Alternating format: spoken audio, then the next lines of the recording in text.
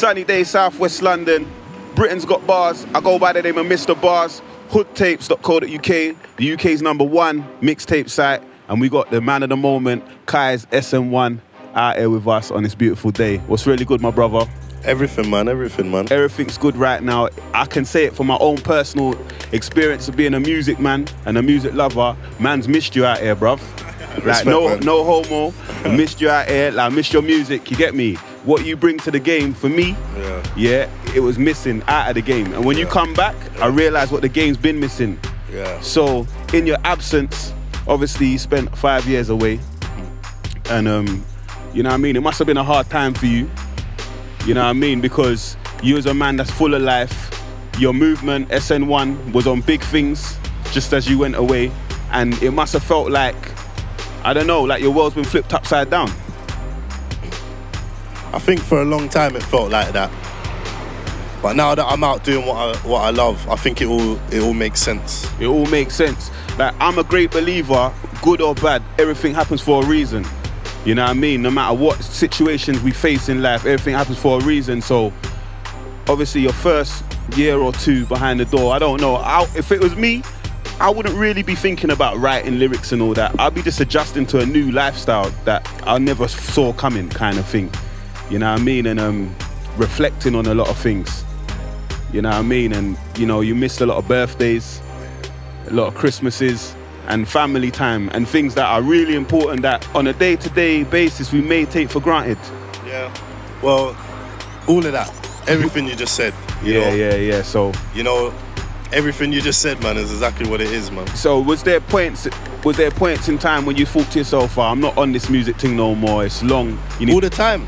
All the time. Even when I came out, I weren't really on music. You weren't really on it? No, I weren't really on it. Like, if you speak to a lot of men that I was with to the latter end of my sentence, they'll tell you I weren't on music at all.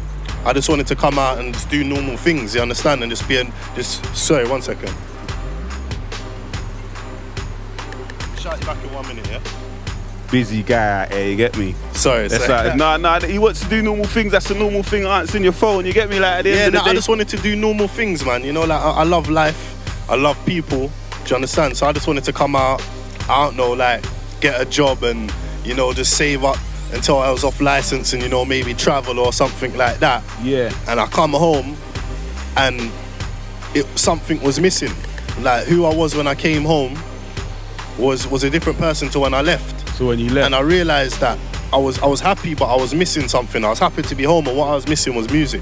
Yeah, that is a big fundamental thing out of your life, because music, for me, listening to you as an artist, you're built to do this. Yeah. Like, a lot of rappers, they rap for the sake of it because their friends are doing it. Yeah. You're a part of a collective, a big collective. But in that collective, you most definitely hold your own. Yeah. You see what I'm saying? And like I say, even your collective, as much as I love SN1, was missing Kyze. Yeah. You get me? Yeah. Like, so when I think that would happen, like, if anyone went. Yeah, if Gigs went, if Grind went, if Gunner went, like, Boost's gone, it still don't feel 100%. Fully back. You understand what I'm saying? Until Boost come home, you know, it still won't feel like we're fully there. Do you understand what I'm saying? Yeah. So in any sense, that's how it's gonna feel. You know what I mean? Yeah. But to me, it's like it's been a test of the whole collective. You know what I mean? Because you've all been through your trials and tribulations, and slowly but surely the jigsaw's coming back together. Yeah. And like, if we fast forward now to 2014, you're back on the roads. He said when you first come out, you weren't really on this. Yeah. So what made, like, obviously you realised a part of you, music was missing, but what made you really say, alright, Char, I'm going back in the booth? I don't know. It was just like, obviously I came out, like, I even came out and I remember, like, Gigs come and see me and we went studio and he had something to record and I was sitting in the studio and I was watching him record, and I hadn't been in that setting for at least 6 years where I'm watching Gigs record, because even before I came away, I weren't really about like that. So like, when I was watching him record, I was like, that's what's missing, you know, like that energy that it gives him, you know, like I remembered that. I was like, I remember that feeling. Yeah. You know, him going in the booth, getting gas soda. Jake's all about today. Let's let them pass.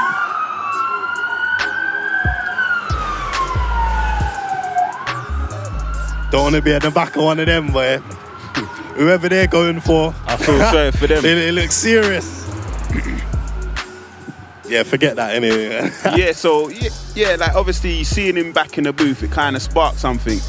Yeah, like I was just looking at him and like, recording, and like, you know when you make that line and you come out and you gas, you're like, oh, I made that line, like that was hard. The feelings are coming I was like, yeah, I'm missing it. And I remember I went home and I was just lying on my bed. I was in a hostel at the time, and I had an early curfew I had to be in. Like I was on bare restrictions, and I was lying down and I was thinking like, I need to get back in the booth, man. And then like I started recording again, and everything just I just felt like a better human being, you know. See, you've answered a question that I didn't even get to ask. Basically, so you wasn't writing in jail. No, I went through phases. I didn't write for 5 years. Yeah. What I came out with was terrible. Okay. I came out with about 4 or 5 lyrics, you know, like that, and a couple of ideas, but I never really like. Let me just switch this off. P. Yeah, like I shouldn't have came out because I know man who's got lyric books in jail. Yeah. Man who's been in jail 1 year, 2 years, they got lyric books. I had 2 little flat pieces of something, you understand? And like I haven't even used anything out of it. Wow, so everything what we've heard that you've done up to now, from then till now, is all fresh. Yeah, bar like 1 or 2 tunes that I did write in jail from that book. Yeah. But I haven't used the books. I've used like little things out of them, but I haven't really like, nah, everything's been fresh, really. Been fresh. To me, you kind of grown, man. Like, I would have thought, the way from what I've heard, what you've done, it's like you've been writing all this time. That just that shows me about the talent, what you got there from within. Yeah. That you might not even have known to yourself, you know? Like I think I've changed, to be honest. Like, when I listen back to like my old CDs and my old bars, I listen back, I'm like, damn, like, I felt like I was more lyrical back then than you are now. Yeah, but like now I get a better reception. I don't know why. What I think then, back then you was more lyrical. What I can see now is you're more vibesy. Yeah. You're on a vibes thing now, enjoyment. Yeah. And that's what people like. Obviously, everyone can appreciate the lyrics. I did. Today is my deadline. That was an iconic mixtape. You got tracks on there that I can bump today. You get me? They're timeless pieces of music. And then obviously, what I'm hearing now is like Ride the Panani song. When I heard that, I was like, what? You get me? Because obviously I'm old school. I don't want to tell you my age on here, but off camera I told you my age. Man used to go to house parties and vibes to that tune there. And that is a big tune. You get me? Like, so we're going to fast forward to the good times and the good music from your mixtape that's out right now, AM. That tune in particular, what was the inspiration behind that? What's the Panani tune? Yeah. Do you know what? Giggs must have posted a clip of the old school tune on his Instagram.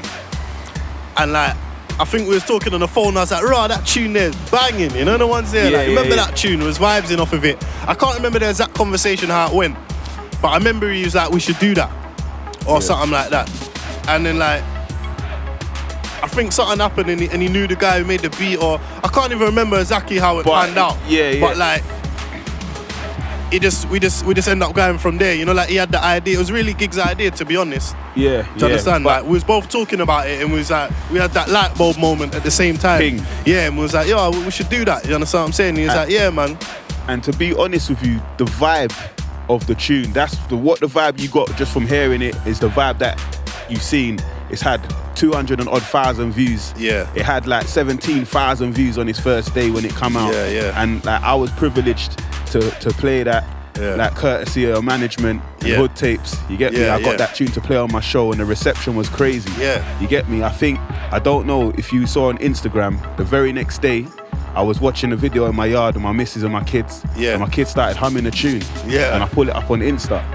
You get me? I think I got a comment from you saying, I think I saw that. You know what I mean? Like, that's how infectious the tune is. So is there like is there anything going further with the tune other than the video? Like, have you performed that out anywhere? Yeah, we done how did it go? Alright, we made the tune, whatever, we made the mixtape. Then obviously it was getting, from day dot, it was getting, I know when the tune's a banger when the man them like it. You know when you're in the studio and man's skanking and man's shubbing and man's like brap and all of that. Like that's when I know a tune's a banger. And like we made it, and then we was talking about the video. And everyone, you know, everyone's like, oh, you need to bag of girls, you need to rent a big mansion, you need to do this and fill it up with gal and rare. And we had those thoughts, and we was like, Gig was like, you know what, cuz, we should just do it like naturally. And he had a show, and it happened to be on my birthday. It was my first birthday out. Okay. So Gig was like, "Bro, we should just do the show and just film the video in the show. Like, no fake girls, no models, none of that. Just whoever's in there in the building, you know, like who really enjoys it." So we ended up, he had a performance in Leicester. So we went to the shubs, we fucking performed, shut it down, and we was just filming. We had Link Up TV in there or whatever, so can I say that and that? So we had them man in there filming it, and it was just a natural setting. Like, the crowd went mad. They loved it. Because when the video started, obviously, I was thinking, raw, how did this work out? Because I was thinking, raw, like, we're going to have to work this one, you know, like, they don't know the song. Yeah. Bruv, as soon as the song played, Giggs told me to come through the back or whatever. As I come through the back, it was just mad. It was mad. It was like, everyone just started going mad. So, more music like that is what you intend to build, or you just go with the flow? Yeah, like I said, when I come out, I just want to make music, like, obviously, unless I'm talking about the roads and certain experiences, I want to make songs that are vibesy. Yeah. And like the Panani song, it just kind of hit the nail on the head for the platform. And then when we done it, it got such a good reception there. And then Gig phoned me up one day and he's like, "Yeah, man, I'm going to bring you out at Reading and Leeds Festival." I was like, "What?" He's like, "Yeah, man, I'm going to bring you out Reading and Leeds Festival." I was like, "Right, what, you sure man's ready for that, cuz?" He's like, "Yeah, man, of course." You get what I'm saying? So we went to Reading and, boy, shut it down, boy. It was amazing. Never experienced nothing like that in my life. I've never even been to a festival before that. And it's all just taking off. And then the next minute, within like 5 months of me being out, I was on the stage at Reading Festival shutting it down with the elite man them in the game. Like, there was like Getz, Wretch, Sincere, Jammer, all these Skepta, all these man backstage just vibes in, you know, like schooling, man, you know, like I was learning from them as well. Do you understand what I'm saying? Yeah, man, and it was a blessing to see them, man, at work. So in a way, coming out, you've adapted to life like a lot of people would like to have that sort of platform to step out to. Yeah. And you're kind of blessed to have that platform to step out to. Of course, yeah. I wouldn't want nobody to particularly hate on you. Yeah. Because you wasn't born with a silver spoon in your mouth. Nah, no way. You know what I mean? Like, you got on today is my deadline, I keep referring to it. You spoke about certain things about your mum and, like, you know, certain things growing up. And then, like, on AM, you spoke about being an orphan. So obviously, you wasn't born. A lot of us have had advantages that you never had. So you, in general, are a strong character. And how would you say your upbringing has affected you today as a person, like in terms of how you see life, how you appreciate things, and so on and so forth? I think I learned to appreciate things because I grew up with a lot less than other people had. And when I say a lot less, like, obviously we was all from the road, like, no one had more than the next man in terms of growing up in the hood and all of that. But in terms of, like, just having parents. Yeah. Like, I never had parents. And I think that's something that my mum died when I was 9. And I went straight into, like, foster homes and the system from early. So I think looking around and, you know, just seeing people have a mum and seeing people have a dad and those sort of things, yeah, it made me appreciate having the man them in the road. Yeah. I forgot even what the original question was, but I think it was you're going in the right direction. I appreciated, like, having, like, I had good friends around me. You understand what I'm saying? And, like, I think I learned to, like, appreciate what they had, and it just made me a certain character to the point where, like, I just always believed in working for what you got. As I said, I can't remember the original question, man. Yeah, no, that's cool. I might went somewhere else with that. You know, no, that's cool, because obviously you've answered the question, because the reason why I'm leading on to that, because apart from AM, which is out now, you got your EP dropping soon called 5. Yeah. Yeah, and then we're going to get onto the album, Orphan, but, like, obviously I just kind of flipped it back. Yeah. Because it's things that's crossing my mind as I'm going along. I'm trying to be as natural as possible here, so so I'm just going along with what you've done, because to me it's a roller coaster whirlwind. I'm trying to digest it. Like, hold on, you was in jail, you only come out of 2 little lyrics or a couple pages of lyrics, and you've done all this work since you've come out in the space of 6 months. So AM's out there right now. 5 is the EP. What does the FIVE? I noticed that's how it's abbreviated. 5 it stands for incarcerated victims of the establishment. Okay. And really what 5's about, it's only a small EP, it's only going to be like 5 tracks. Yeah. And it's just about sort of like, I think I'm aiming it at a man who's either been jail or is in jail. Yeah. You know, like, or understands jail, you understand? And it's more it's just more about like what I was going through in there, like a quick 5 tunes just to be like, it's a taster of what's gonna be on the album. Okay. Really. Yeah. Do you understand? And like, it was originally gonna be my first project, but the fans were so on my back. I was like, you know what, man? I'm dropping a quick mixtape, man. Do you understand what I'm saying? And like, I just got in the studio and dropped a quick mixtape. But 5 was where the heart was originally. That do you was understand? more like, yeah, because I came out, obviously I come out from jazz like, yeah, I'm dropping this 5 thing and rare. And I sort of digressed from it because I got busy with other stuff. Okay. But I'm definitely going to drop it at the end of the year. And really, it's just about, it's just about like sort of like where my mind was at while I was away. And the sort of feel for what the album's going to feel like. So we're not going to give away too much more about, we're going to wait for that to hear the story because you tell it so well in your bars, you get me? And then obviously the album Orphan, are these ideas that you had from when you was in jail like that? No, because all this time, like you touched on certain subjects like my mum and being an orphan and all that, but I've never touched on these subjects fully. Yeah. I've never made a mum song. I've never made a song about my dad. Both my parents are dead, rest in peace, yeah? And I've never even met my dad before, do you understand? And I went to his funeral and I never even met the man before. And all of these things that are going on in my life, I've never touched on. I've never made a mum song. Yeah, I've said, oh, rest in peace, mum, or spoke about it in a song, but I've never said how I felt about it. I've never spoke about my situation growing up in care and in the system. I was a tear away from early coming outside. You know, like, I've been coming outside since I was 8, 9, like with the man them. I'm talking, obviously we was all outside early playing on our bikes, doing whatever, but I was outside like causing mischief from early. Do you understand what I'm saying? And I've never touched on certain subjects of my life fully. Yeah. So I felt with this album, I needed to go back. I felt like today's my deadline. I was on the grind, I was trapping every day, I was in Olo, the mix up, and like that album reflected that. But I think Story of an Orphan, it's time for it now. It's time for me to let people know where I'm coming from. Because I never just come. You never just come. I never just come. And that's what I wanted to touch on, because a lot of people will see you in SN1 and they just think they're so fabricated. Like this is, every man comes from the raw, like a Drake thing. Man started from the bottom, really. You get me? And you might even have started at a minus, because like you say, I knew my mum, like my dad didn't live with me, but I know who he is. I see him and that, like I couldn't even imagine coming up under those circumstances and even becoming something. Because a lot of people have to know and respect you for that alone. Do you see what I'm saying? Like, because I never knew a lot of stuff. I just heard your mixtape Today's My Deadline and I caught an insight. I was like, raw. And I think I never knew how to write it, you know, like when I was making Today's My Deadline, I was like, I want to make a mum song, man. You understand? Like, and you know, like Tupac had Dear Mama. Yeah. Like that's one of my favourite songs growing up and all that. And I thought, rah, that song, it sounds so like passionate, you know, like, and like I thought, rah, I've never made a mum song. I need to make a mum song, but I didn't know how to write it.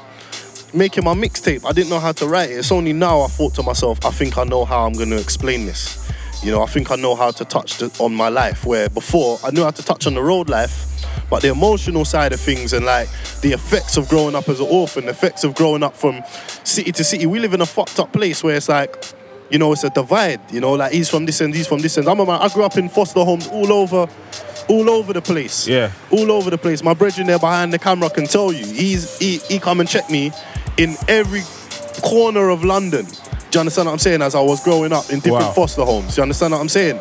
So, you know, like, these are things that I never touched on before. So I think it's time for me to let people know where I'm coming from. And it's kind of a selfish one as well. It's kind of like this album's for me to tell you and you to listen. If you don't want to listen, don't get it. Do you understand what I'm saying? Why not, bruv? Yeah. Why not? Because at the end of the day, every man's got a mind, and not everyone can, like you say, speak how they want to speak. So I would say, hearing what you said, nothing before it's time, innit? Yeah, and another thing what you said, like, about Joe, it makes you think about what's important to you. Yeah. And I sat down and I thought, right, I've made all these songs, yeah? I've never even made a mum tune. I've never made a song like for my family. I've never made a song talking about the system, my views on it. Do you understand? A lot of things that people want to know about an artist, I've never touched on. So I thought to myself, you know what? This is what I'm going to do for this one. That's what I appreciate in an artist. Like, away from all the trapping, we all know about that life. We all know about certain things. We need to know artists properly, so we can properly feel that artist and say, raw. Because that's what sells an artist to me, away from a next artist. And what I realised being in prison, I'm sure it's almost like 60-70% of prisoners have all been in care. They've all grew up like, or kicked out of home from early, there's all a background story to this. It's almost like a domino effect. Like once you start off a certain way, you continue like that. And like, I thought, right, I've never even made a song for none of these people. I've never made a song for these man that they can turn on in their cell. Yeah, I've made road songs that they can relate to. Yeah, I've made girl songs they can relate to. But what about their childhood? What about like things that have affected them being here where they are now? Today, yeah. I've never made a song like that. And they probably don't even know I'm coming from the same place as them. Do you understand? So, yeah. I hear you. Know, that makes me proud to even interview you. And I don't think I've heard you speak about these things before. So, nah, I never have. You know what I mean? To me, you think about, when you're in there, you think about like, raw, like, I need to do this before it's too late. Yeah, because you only live once. Like, nothing's promised. Tomorrow's not promised. Only here now is what's real. Do you understand? So it's like, the next time I'm in the booth, it needs to be something that's important to me. Yeah. Do you understand what I'm saying? Next time I put a project together, it needs to be something that's important to me. Do you understand? Because I've never made a selfish album. I've never said to myself, I'm doing this for me, man. And that's what it's about sometimes. And I believe it's the right times, the right place, the right settings for you to do that and be received in a way where everyone's going to hear and feel. Yeah. You know what I mean? Yeah. Thanks to your team as well. Yeah, of course, for keeping it out there and keeping relevant. Because it's been years. Like, yeah. I know SN1 movement from before it was rap. From when they had a radio station. Yeah. So I know this movement never just come back. That's what I'm saying. It never just come back. That's what I'm saying. Man never just come. And I got into SN1 through phoning that radio station. Imagine that. I phoned that radio station. Yeah. Joe Grind, my brother. Big up Joe Grind. Yeah. I phoned that SN1 FM. I don't know how many years ago. I can tell you because I was on the station. Long time ago. On the station. A long time ago. It was 2002. Yeah, that's when that station was on. And you're right. 12 years ago. I called up that station and I spat a lyric and Grind locked me off the phone. I said I was whack. Old time Joe Grind, you know. We got Joe Grind. That's my brother, though, man. You know, like, and I think shortly after that, I got a call from Gig and then like I went down to make a tape with him. Yeah. And you know, Gig's double serious. He's like, yeah, man, you're in this thing. You know what's there? Something like that, how it went. Yeah. But like he went Joe and it weren't really like. Yeah, you know what I'm saying? He went Joe shortly after. Yeah, then we come out and the work was just crazy, man. We naturally just gelled as artists and as road youths. You get what I'm saying? So, you know what I'm saying? When did you kind of make the transition from grime to rap? It was Gigs, man. He always tells me it's not. Like his memory is different. His memory of it is different to mine. I remember being in the studio and Gigs saying rap and me saying I can't rap. And he's like, bruv, you can rap. And he's like, yeah, you just got to do this and do that. And I remember it took long. If you ever remember a mixtape called The Beginning. Yeah, I got that. That was my transition. Yeah, and if you see on that mixtape, I'm proper trying. Yeah. I'm trying to rap. And I used to skip on the beat. I used to run brrr, brrr, like that, you know, like on the beat, yeah. It's only now that I feel that I can rap, if that makes sense. Well, saying that is funny because when I heard The Beginning, it all sounded natural to me. You get me? Because when you used to do the grime, you wasn't like a typical... I was under pressure in the studio. Like you had some spitters in there. You had like Gigs, you had like Colours, Crumbs, Swift. You know, like these were like they were proper rappers. They were spitters. They could rap. Fam. You understand what I'm saying? So you know, like when you go in there with them man there, and I'm watching them rap, like you're thinking to yourself, yo, like this better be good. You understand what I'm saying? Like it was them early unit 10 days was go hard or go home. You understand what I'm saying? And I think I work better under pressure. Yeah. So like obviously man would never know, but I'm sitting there listening to one of them man's verse like, yo, that was a verse and a half, but I'm writing, throwing shit away, writing again. Like I was trying on that mixtape. Yeah. It weren't natural for me. Like I tried. You know, I made it what it was. Do you understand what I'm saying? It was a good look because I mean you're here now today and you've sort of like mastered your craft to the point where now you're ready to speak about things that was on your mind. It's getting it from translation from the mind to the paper onto the track. Yeah, I'm ready to do it. I feel good. You know, like, big up Gigs, man. Like, since I come home, he's been my inspiration, man. I'm not gonna lie to you. You know, like, as in terms of like, he took it there. He literally took it there. He weren't signed when I come away. You understand what I'm saying? He took it there. I come home. You know, like, we've got in there. We've had an old school vibe in the studio. We've made banger after banger. You know, like, he encouraged me to make my mixtape. He brought me out to Leeds and Reading Festival. He's lined up a lot of stuff. And, you know, like, he's been my inspiration as well as my brethren, my brother, and all of that stuff. As an artist, I respect him. And everything that he's done for, man, in terms of, like, just giving man that energy and that encouragement, you know, without even saying certain things. Like I said, when I first come out, we went for dinner, then we went studio. Yeah. Didn't even tell me get on the tune, nothing. He was just recording a tune that he had to make. Yeah. And just seeing him do it and how much he loved it, he reminded me what I was missing inside. You understand what I'm saying? And I think if he weren't still doing it, I think if my whole team, like if Grind, Gunner, Gigs, Boom, I think if them man still weren't doing it, I wouldn't even be doing music. Like, they all reminded me of what it was and like what I needed to do. Do you understand what I'm saying? So big up SN1 for all of that. You lot already know, man. Yeah, and before we sign out, yeah, is there anyone else? Because obviously you've worked with a few artists. Like, you've worked with Snap Capone since you come out. You've worked with Corleone. You've worked with Young Saber, a man like that coming up. You worked with Reeks, OSW. Yeah. That's an artist that I'm feeling right now. Yeah. Is there anyone else that you're sort of like feeling apart from in the circles? Yeah, I feel most, man. Like I keep saying to everyone, I'm a fan of the game. Like, I'm listening, I'm looking, I'm vibes into, man. I don't even really listen to like too much other than the UK at the moment. Do you understand what I'm saying? I'm feeling, man, but right now I'm trying to like stay in my own lane. Stay in your own lane. And just learn. Like, as I said, like being backstage and performing at Reading and Leeds Festival was an experience and a half. To see like Skepta and Gets do what they do and Gigs and the way that they done it, it's like raw. It taught me so much. Yeah. They probably don't even realise how much they taught me in 2 days. In 2 days, and how much you've actually learned in 2 days. Like I learned a lot. So I think for me now, it's not really about working with anyone. Like, obviously I'm up for working with, man, but it's got to be a natural setting. Yeah, you know, like I got to like you as an artist. I got to rate what you're doing. And then like we link up naturally. Do you understand what I'm saying? I'm not gonna force nothing, and I'm not just gonna accept anything as well. Do you understand what I'm saying? So right now, in terms of the work, it's just whatever. It's just whatever. It's just whatever. But I'm not gonna go out my way to force nothing. So is there any shows or anything where we can find you in the very near future? Anything like that? Yeah, there's some things coming up, man. But you don't know. I'm not gonna give the location till the day. I say no more. Yeah, like there's a lot in the pipeline, to be honest. I'm having the time of my life at the moment. I'm learning a lot. I'm around good people, you know, genuine people at the moment. There's a lot of people I've had to push to the side to get into the place where I'm at now. Okay. So like there is a lot in the pipeline, but it wouldn't be no fun if I was to tell you all about it. Yeah, man, we'll wait and see. We can wait and see. Yeah, I'm following you on the Twitter. I'm on the Instagram following you as well, so I'm sure I'll see it here and know. Definitely. If you ain't following me at the moment, make sure you follow me. Everything at Kyze Official. Instagram at Kyze Official. Twitter at Kyze Official. Also hit me up on www.kyzeofficial.com and get all the latest information there. You get me? Yeah, man. And on that note, Britain's got bars, hood tapes. Kyze SN1. We're signing out. Don't know.